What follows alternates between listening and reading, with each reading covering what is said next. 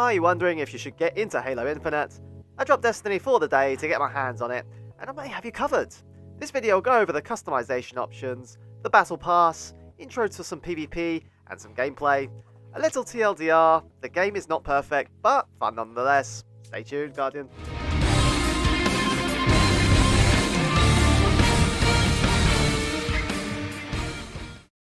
We kick off by starting with a tutorial. It's a short mission with a cutscene, which I'm not going to spoil too much, where you learn the ropes basically. I highly recommend using this to learn the movement and adapt accordingly. Before we get into specifics, please drop a like on this video to help it reach a wider audience, and leave a comment with your thoughts if you have played it yet. It would help me out a ton. Once you finish the cutscene and reach into the base, you're presented with an AI. This is your katana for PvP matches. It's also customizable, but more of that later in the video. Once you have picked up your pocket series, you will be put through a course, where you will learn the basic movements.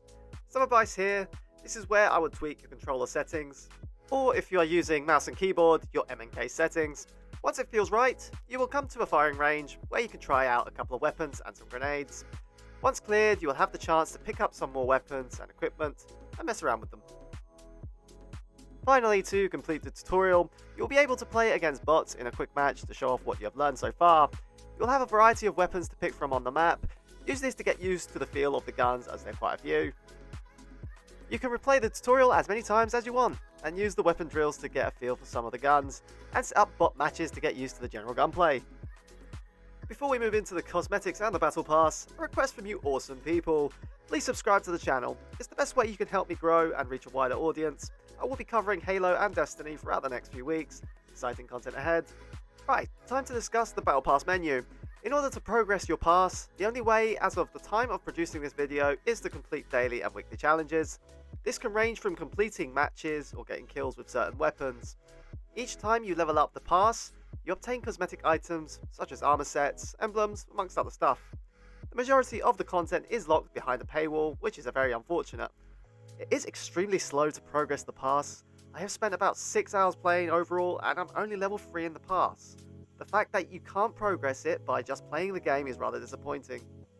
In order to unlock the premium pass, you'll need to spend 1,000 credits, which in UK sterling is equivalent to £7.99. There's also a bundle that you can buy that will jump you to level 25 in the pass, but unless you're going to invest heavily in the game, I'll stay well away from it. From a customization point of view, your multiplayer character has a menu where you can edit the look of your Spartan. You have a base armor core that has its equivalent unlocks for specifics, such as helmets, emblems, utilities, etc. Each core has armor sets that are unlocked by paying in the Championship store, aka paywall. Otherwise, you have a ton of customization options available, such as helmets, grips, shoulder pads, the whole caboodle, which can be obtained through the battle pass and events.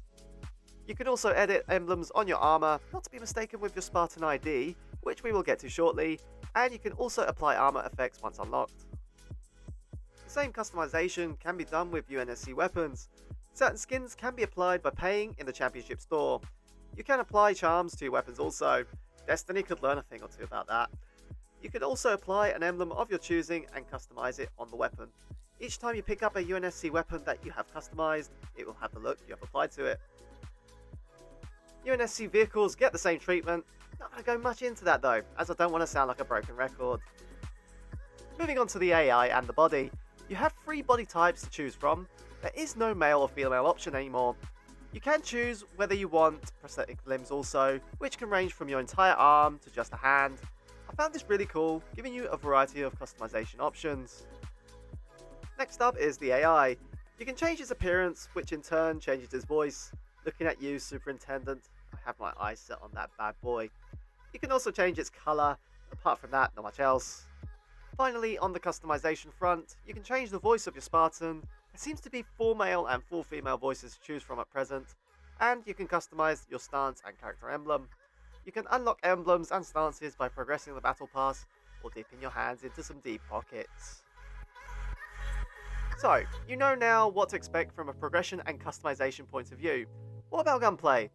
This assessment is based on my Destiny 2 experience. It's important for me to clarify that this is a personal opinion.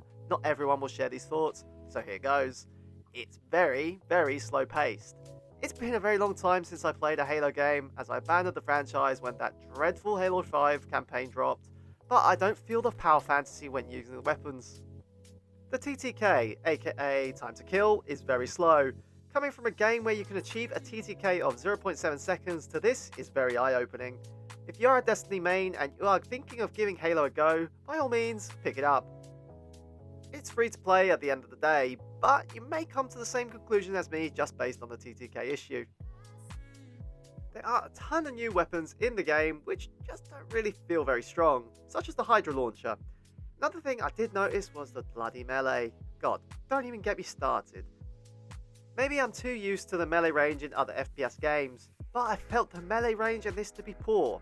Countless times I went in for the melee to finish off opponents, but I completely whiffed it and ended up on my backside. The final issue I have about the PvP mode is the grenade spam, especially in 4v4 modes on close quarters maps. I found myself coming up against waves and waves of grenades randomly hitting me out of nowhere, and it got annoying very quickly. Let's talk about the positives though, shall we? This is not a negative review after all. I found games to be extremely balanced and close matches. I can only remember one occasion where the game was a blowout, which is a positive experience. Everyone starts on an even playing field and you pick up gear as the match goes on. There is a ton of variety of guns to choose from on the battlefield that operate in different ways, such as the disruptor guns that can stun vehicles. Big team battle is where the fun is at. A 12v12 game mode on huge maps where you can play objective modes such as capture the flag, amongst others. It can get chaotic, but that's what it's all about. Overall, I have my personal issues with the game, but I can't say it's bad based on my extremely biased Destiny experience. However, 343, for the love of God, sort out that battle pass, it's a bloody abomination. It's a good game for balanced PvP, not really my cup of tea though. You'll be seeing me in Trials and Iron Banner more than on Halo. I'll revisit this review once the campaign comes out, which I'm very excited for. I hope you found this helpful, and please, let me know in the comments how you feel about the game. Please leave a like and subscribe. Until the next time. Fight forever, Guardian!